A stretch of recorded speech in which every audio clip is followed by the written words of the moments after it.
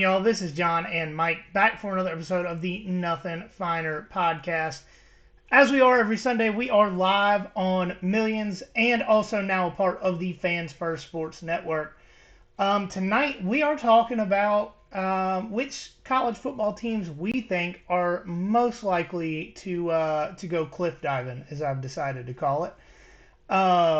Drop off. They're not going to be, probably 2 or 3 games close to where they were in 2023. We'll also talk about softball. They just finished their regional just a few minutes ago, and the baseball team's final series of the regular season.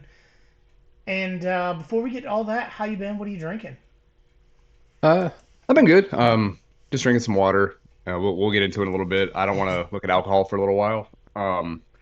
But yeah, man, it's the last week of school. Got Wednesday's last day with kids, so just trying to power through that. So yeah, man, it's pretty low key for the most part over here. How about you?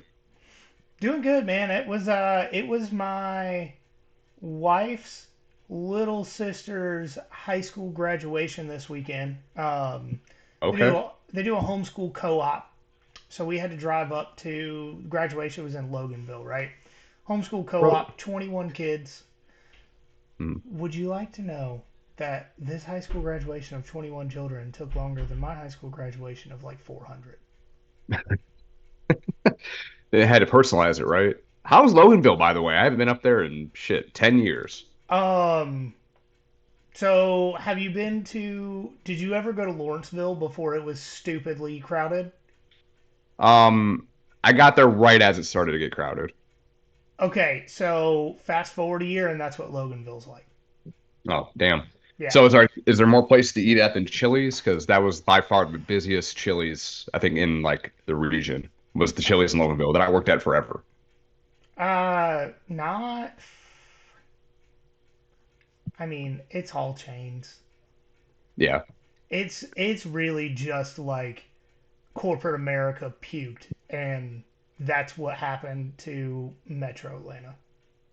that's fair. Yeah, Yeah, not gonna get an argument out of me on that. yeah. But no, it was nice. We went to eat hibachi afterwards in Monroe. Um, also, Monroe was built up though. Look at that. dude, and this hibachi place, it's good and it's cheap. I got steak and chicken fried rice from a hibachi place, $13. Sheesh. Yeah. So Monroe was the place that we moved to right when we moved to Georgia, and it was a whole bunch of nothing. And every time I look at it, there's like commercials for it. There's stuff to do. Oh Not yeah, the dude, city they that got I like moved two to. breweries in Monroe now. Yeah, they got rooftop shit. Like Monroe's Yeah, the place to be. It's yeah. not just uh never mind, I won't get into it. But yeah, let's talk for a few minutes about the Connect Savannah event we went to last week. Thanks to you guys for voting us best podcast in Savannah. We were really excited to be there. If you followed, if you're in the group chat or you followed our Instagram stories, um, I outdrank Mike. I drank before you got there though. Okay, we both had around 12, Yeah. and I woke up without a hangover the next morning.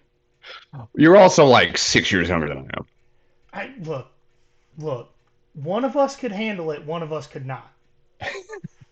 I've been hard drinking for ever. So it's not that I couldn't handle it. It took me a little bit. I had to throw up in the morning and then I was good after that. It just took a while. It took a little bit longer to recover from it. Yeah, no, I'm actually sitting here drinking whiskey right now. So didn't take me I that just don't long. have anything in the house. Like I would. I really don't have anything against it. I just didn't think to grab anything. Um, for me, we just got back from Atlanta.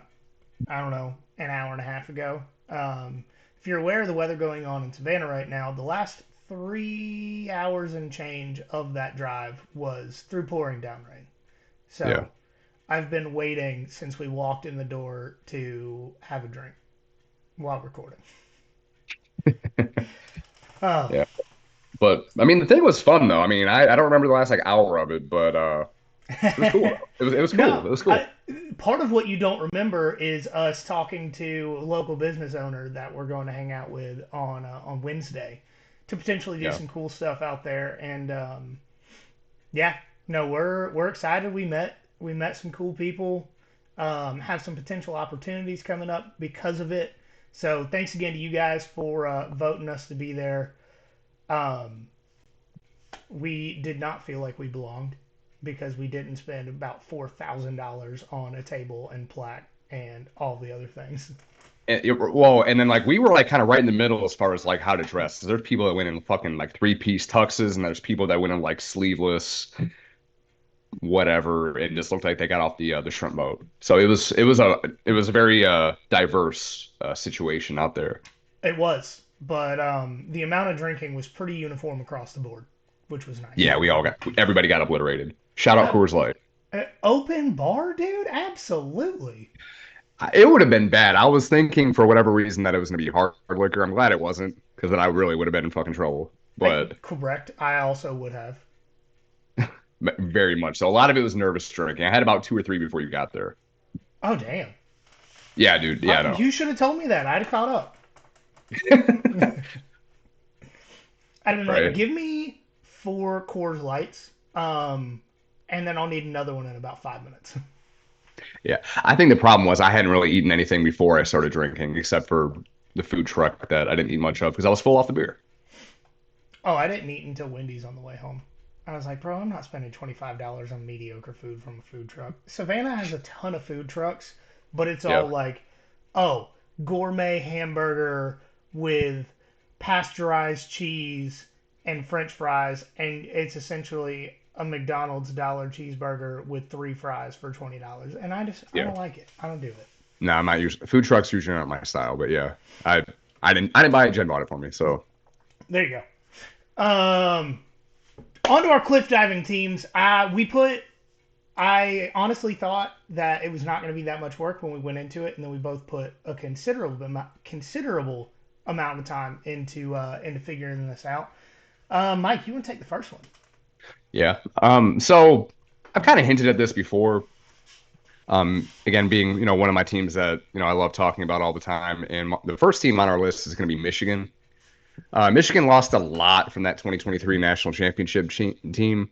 Jim Harbaugh, of course, went off to the NFL. A lot of his assistant coaches either went with him or to other NFL opportunities. His son, Jay Harbaugh, who was, I think, the tight ends coach, he went to the Seahawks and didn't follow his dad for the first time.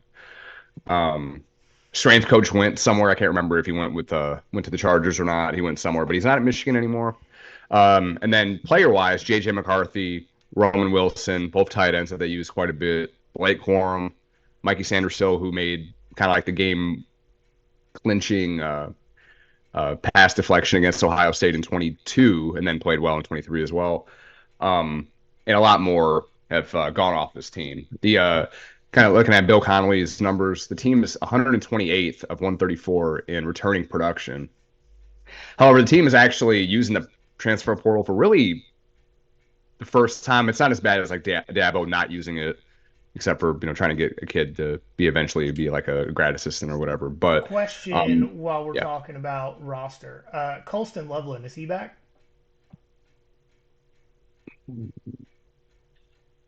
I think he was drafted. Oh, was he? I knew. So I'd seen his name in mock drafts around the draft and couldn't remember if it was this year's or next year's. Because Um, as soon as the first round starts, we get 2025 mock drafts. hmm. Nope, he wasn't drafted. No, my bad. He was a sophomore last year. Okay, never mind. I So, was thinking of the other tight end. Never mind. so He's he's gonna be a coming problem. back. Yeah, so they got that. They got that safety net there for them. Um, but like I was saying, they started using transfer portal for the first time. I don't, and a part of it, what they'll say is the academic wise, is Michigan's one of the best like public universities in the country, and it is hard to get in. Like it's kind of like Stanford esque, um, not quite Stanford, but pretty damn close to it. Um, but they're I don't know if they're relaxing standards for it or whatever, but they're actually bringing in transfer talent, which is going to help out Sharon Moore quite a bit. And with that said, Sharon Moore has a really tough schedule in his first full season as head coach in Ann Arbor. Of course, he was the head coach, the acting head coach for 6 games last year.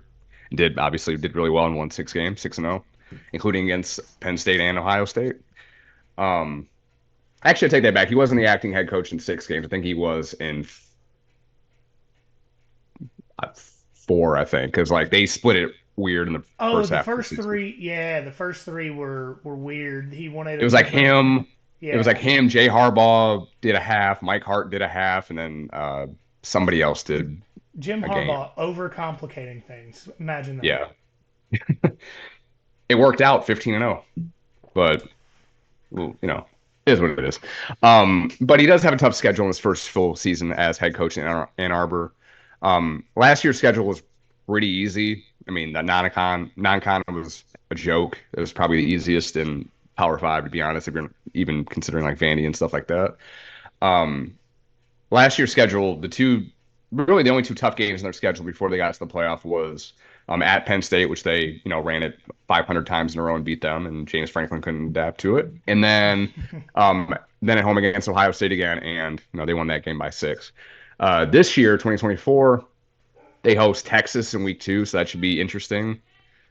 Texas is going to be one of those national championship favorites in their first year in the SEC. Later, and then the rest of this is kind of out of order, I think. But eventually they go to Washington for a national championship rematch, which both teams look completely different, but it's still a rematch nonetheless. They host Oregon and they go to Ohio State. So it's a pretty tough schedule, all things considered. I mean, they still have their regular like rivalry game against Michigan State, and I think they play like I don't think they play Iowa, but they play like Illinois or something like that, which Illinois plays them. Illinois plays them really tough. Um, but with that said, kind of going into like personnel stuff, the team seems likely to go with Alex Orji. Orgy Awesome on the name. field. Orji on the field. Robert Griffin waited so long to say that he was so excited when he was able to score that one touchdown. Uh, but likely to go with Orji at quarterback. And other people have said this, and it's hard to disagree with it. But my best comp for Orji as a quarterback is a much less polished Jalen Milrow. So when you say less polished, are we talking 2022 A&M completely unpolished? We're not even sure if it's a diamond.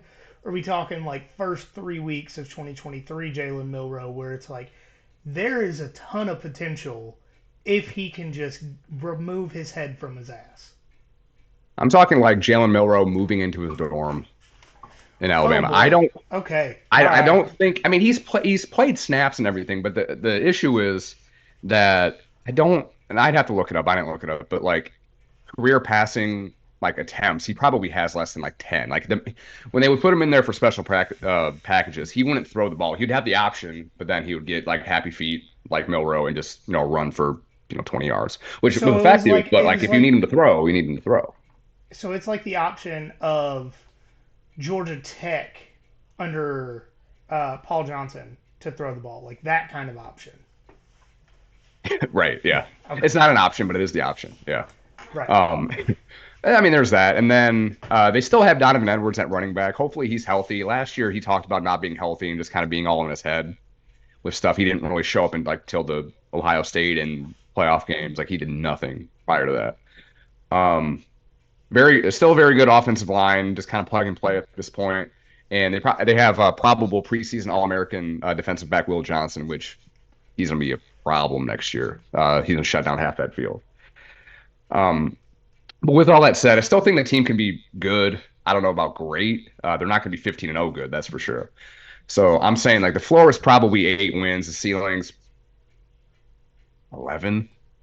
And I mean, I don't think they're going to win 11. Like 10 seems to be, right in the middle. Um, and best case scenario is they split between Oregon and Ohio State. They're not going to win both games. I don't think so because Oregon's at home, Ohio State's in Columbus, which very tough for them to win there.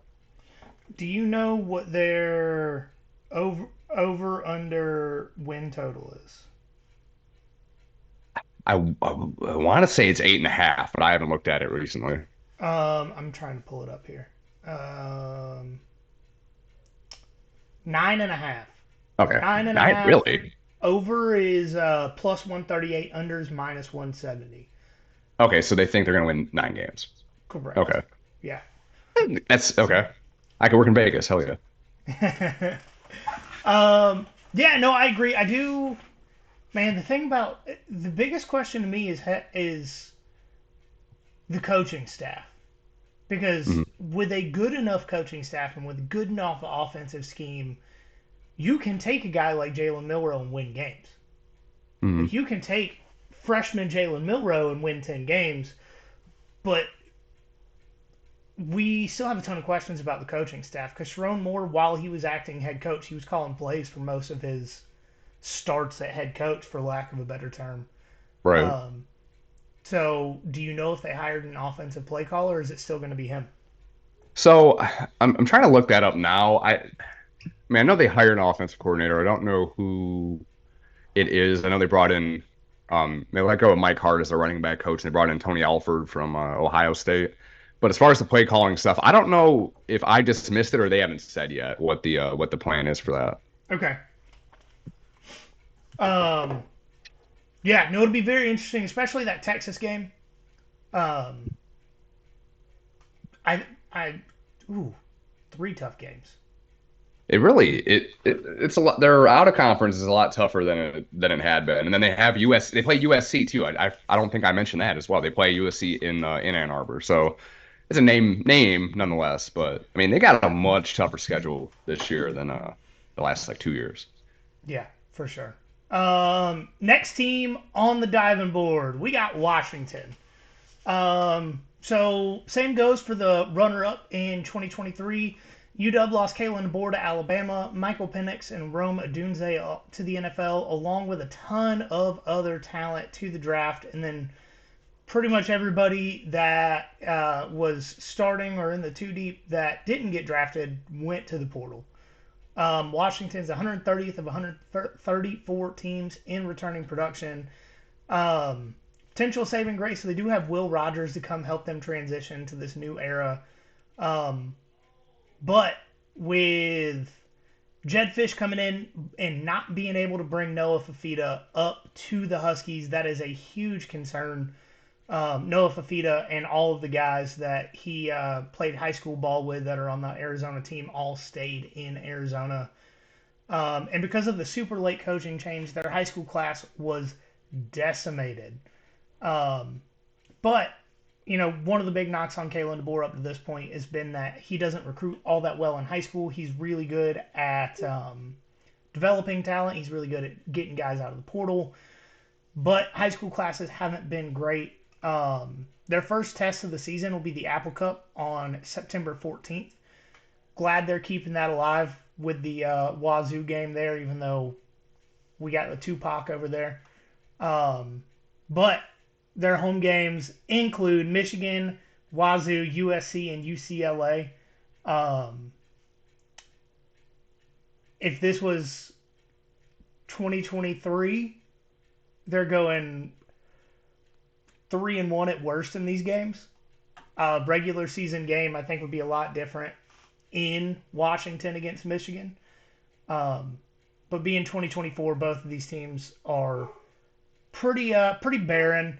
They also play at Rutgers, Iowa, Penn State, and Oregon to end the season.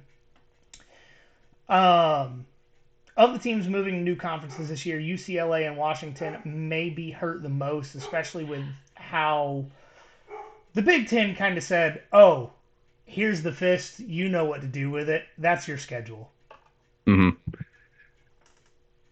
For real. I mean, UCLA is a dumpster fire anyway, but they can't be a drop-off team because they already dropped off. Chip Kelly didn't do shit the last couple of years to help them with anything. Until So until they said, "Hey, dude, you're probably getting fired." Then he was like, "Oh shit, 4-0." you're right, right. And now he's calling plays in Ohio, in Columbus, which, sure. Yep, that. The amount of NFL players, I don't know if you ever caught that, if it was in your algorithm or not, but like the amount like Shady McCoy and like a bunch of other players that played for Chip Kelly in Philly hate that man with a passion. Like how hate Matt Patricia, they hate even more Chip Kelly. Yeah, and it says a lot when you have players at two different levels of football that hate you. Um, it's going to be very interesting with the NIL era in Ohio State of how many of these guys hate Chip Kelly. because that's one of those things of the player isn't committed to the school. He isn't committed to the play caller. He committed to the money you were giving him, especially these one and done guys like Quinshon Judkins. Mhm. Like, if Quinshon don't get enough touches in one game, what are the chances that he decides that he hates Chip Kelly by week 3? High, High. very high. Chip Kelly is,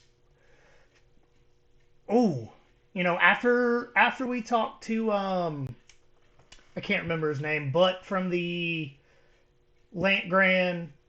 Land Grant, Holy Land. Yep, that one. It's a lot of words that all rhyme. Um, but after we talked to the guy from that podcast, and he talked about everything Ryan Day does off the field that make the Mm. community and the fans love him, is Chip Kelly the most hated coach on that staff already? It's got to be. Hey, And it would have been Bill. It would have been Bill O'Brien if he had stuck around. But oh, yeah, it's Chip Kelly. absolutely. Right? The same Bill O'Brien that said Jalen Milroe should be a tight end.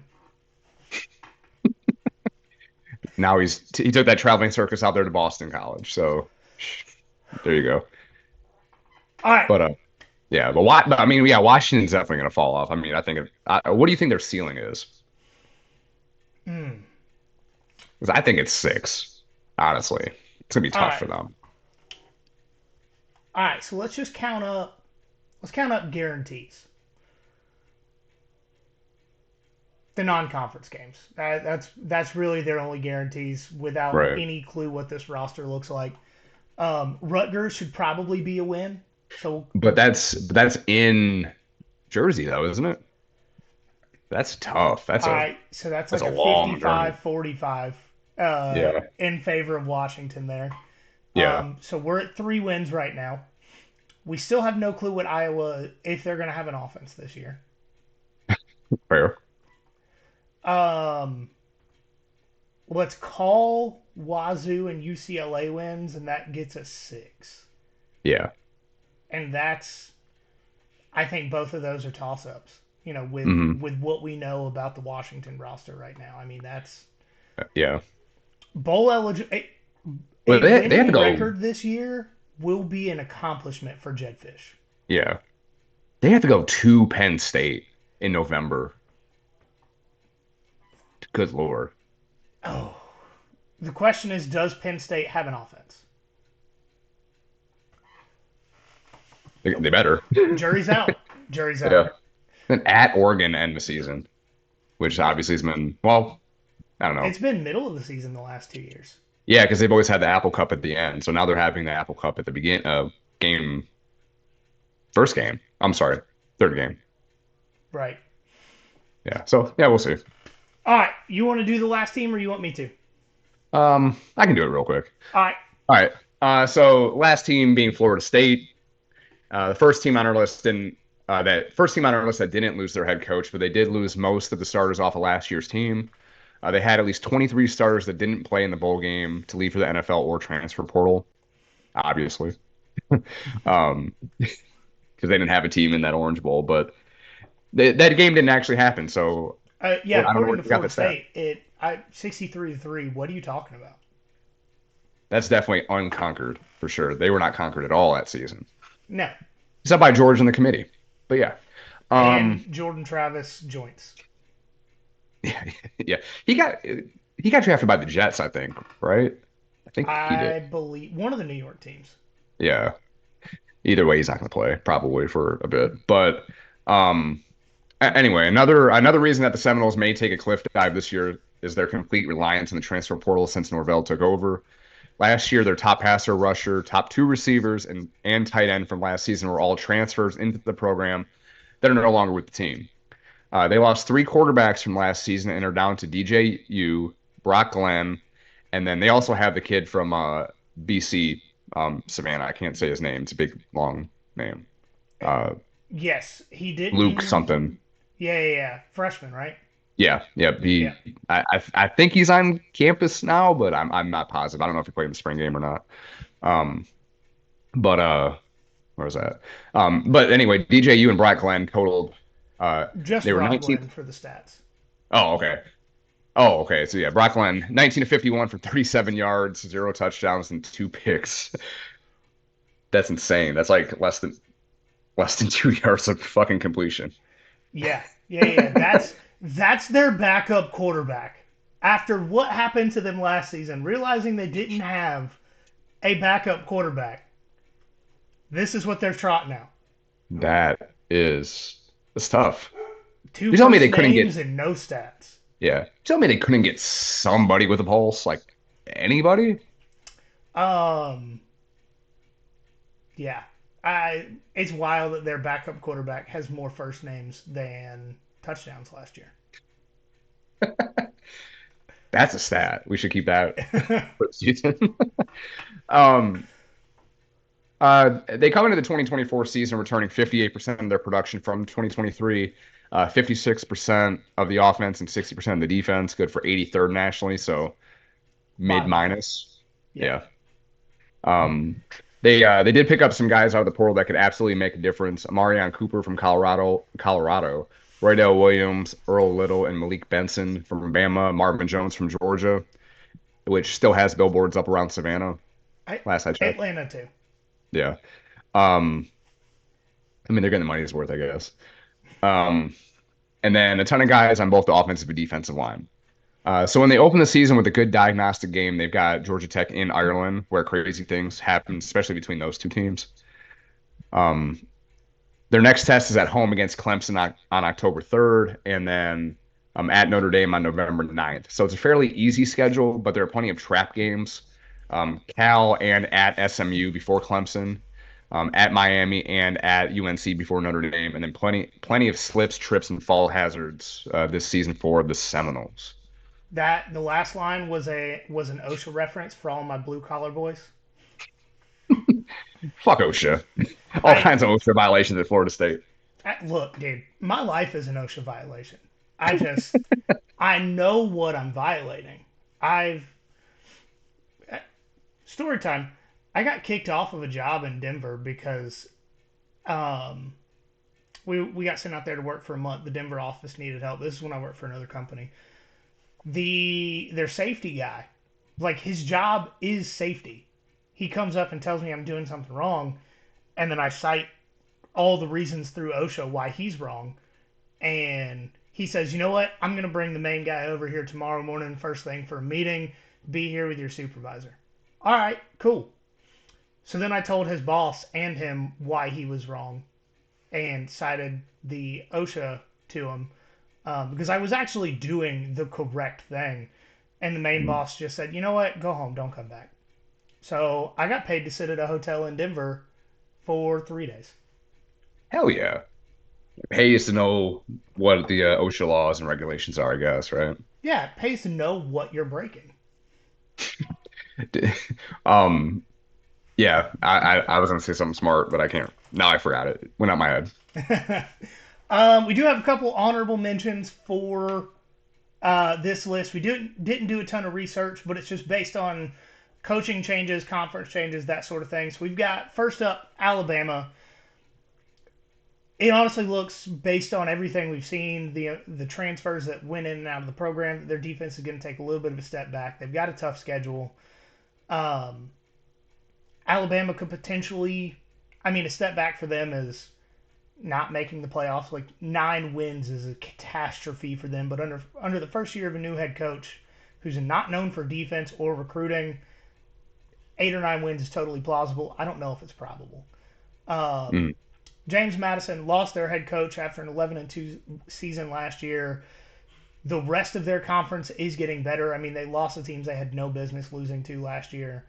Mm. Um, and then last is SMU. I believe they lost their head coach, if not their offensive coordinator. I'd have to double check that. Um, but the biggest thing is they're moving to the ACC. ACC is the weakest Power Four conference now. But Um, it's better than the American. it's better than the American, and that's going to be their Slightly. struggle. Yeah, Yeah. lately. Um, Yeah. you're talking 2022, give me the American over the ACC, but Yeah. 2024, the ACC is going to be better than the American Conference. So those are your honorable mentions.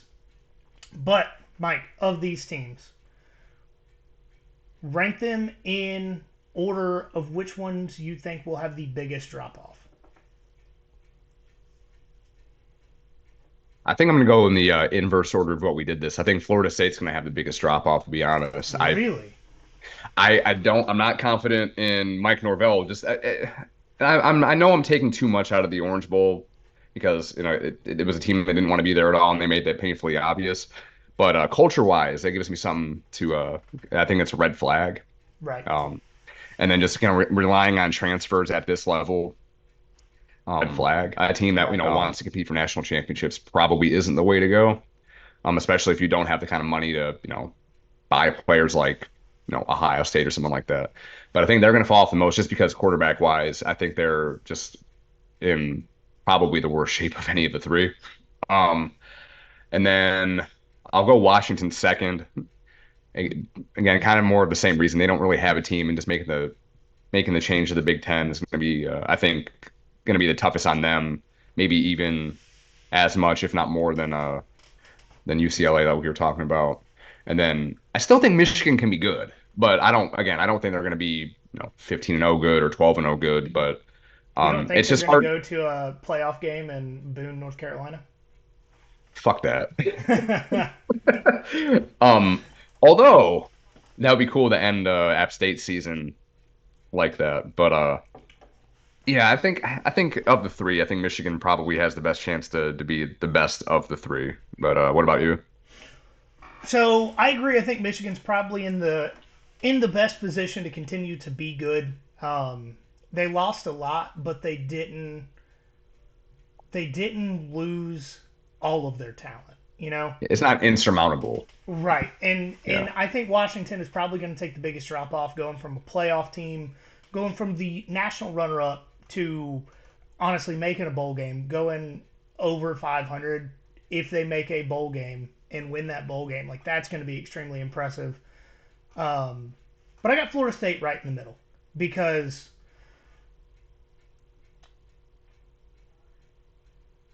mainly, all right, I'm trying to figure out how to put my thoughts into words that are coherent. I mean, it was close. It was close for me. Like I mean, I wouldn't be shocked if Washington like bottomed out and Florida State was, a 10-win team. But My thing is the returning guys that Florida State has on defense and the guys they got out of the portal on defense are going to make enough of a difference where I think I don't know what the win total over under is, but I would personally put it at 8.5. They're mhm, playing in the ACC. They've got a couple of trap games, but the only game on their schedule that I'm calling right now as a loss is Clemson. I think it's like 51-49 that they beat Miami.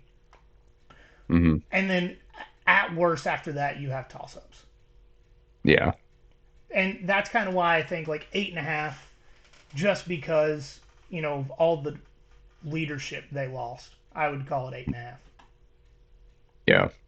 That's probably fair. I mean, the SMU could be just tricky just because that's a weird travel for them. At Miami is always interesting. At UNC, hopefully they're better. Although UNC, who knows how good UNC is going to be now that they lost Drake May and just the I don't know. I don't even know what to expect out of them at this point. I'd have to look at it more. Yeah, no, that's the biggest thing is that like nobody knows what UNC is going to be, but Miami actually spent more money on NIL through the portal than Ohio State did. So like, That's a good point. yeah, so So they um, should be better. They should right, be, but they're but Miami. exactly, exactly. So they spent a ton of money. They got Cam Ward, like they got their quarterback, they got guys in other positions. Their wide receiver Restrepo, great, great receiver. Also a great movie if you've never seen it. Don't watch it around children and be prepared to cry. That's beside the point. Um, but no, I Miami is they're weird. They're weird. I can't put a finger on them. I almost think we should try to talk to somebody around Miami to get us all hyped up about the U because that's what I'll try happens to every get time we talk to somebody. this get on the bandwagon. I'll try to get like Uncle Luke or someone like that from like Two Life Crew. There you go. There you Wild. go. So yeah, let's talk about baseball. The Dogs dropped the series to Florida. Absolutely should not have. Hmm. Um, I mean, something that I've complained about a couple of times throughout the season is Wes Johnson leaves the pitchers in too long, lets them get too deep into trouble. Happened in that Friday game.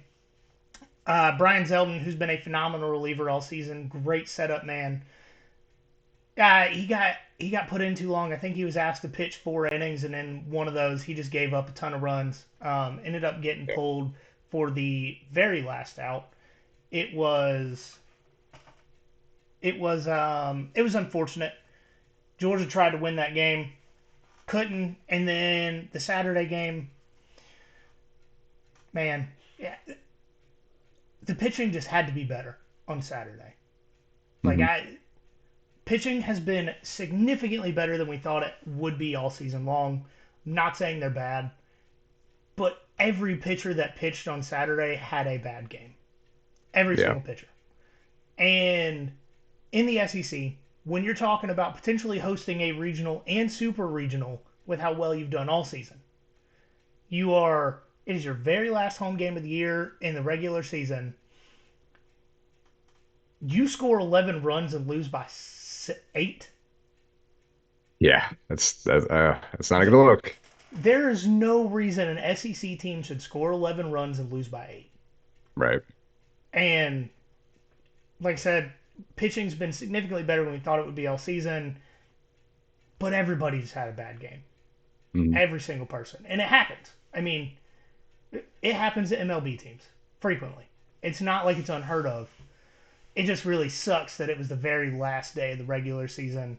And for being honest, the Dogs got screwed in the SEC tournament. Yeah. It came out. They're playing LSU on Tuesday, 10:30 in the morning in Hoover. The problem is they're the number 6 seed playing the number 11 seed. Cool. The SEC tournaments do not reseed after the first round of games. It's not lowest to highest again. It is the winner of the Georgia LSU game has to play the number 1 seed Kentucky. And I don't know if you guys have seen Kentucky, remember the series that happened earlier this year. Um, Vividly. yeah, Kentucky swept Georgia, including one, if not two, run rules. I don't exactly remember. Kentucky is the best team in the SEC, and by proxy, the best team in the country this year. Hmm. So that's a tough second round game. If they reseeded, Georgia has a significantly better chance to make a deep run. Not saying it's impossible. You have a pitcher out there on a good day, bats heat up. If Georgia can score 11 runs, they can beat Kentucky. Yeah. Hmm. The problem is Kentucky has a very good pitching staff, so we'll see what comes of that. Rooting for the Dogs, very obviously. I think they can do it. Question is if they will. And Josh, I know I am talking down, trying to talk realistically.